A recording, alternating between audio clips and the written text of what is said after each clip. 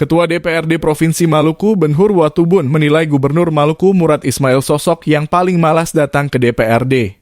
Pasalnya, setiap kali undangan rapat maupun paripurna membahas hal penting, Murad tak hadir.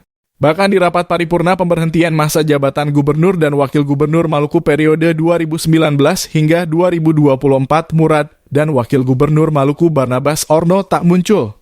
Ya, kerja 5 tahun ini Gubernur orang yang paling malas hadir di kantor rapat. Itu penilaian kita. Yang lainnya kita secara normatif, tapi kalau yang ini ya saya ucapkan selamat beliau orang yang paling malas hadir di kantor DPRD. Kata Watubun kepada wartawan usai paripurna di kantor DPRD Provinsi Maluku. Jumat 1/12/2023. Lanjutnya, bukan sekali Murad absen undangan rapat dan paripurna.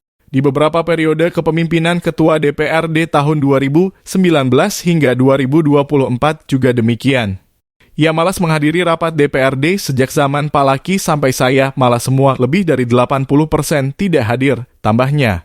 Sementara itu terkait dengan kinerja Murad Orno, Watubun mengatakan akan menyampaikan dengan baik dan terukur. Sehingga bisa menjadi evaluasi keduanya dan kepemimpinan selanjutnya.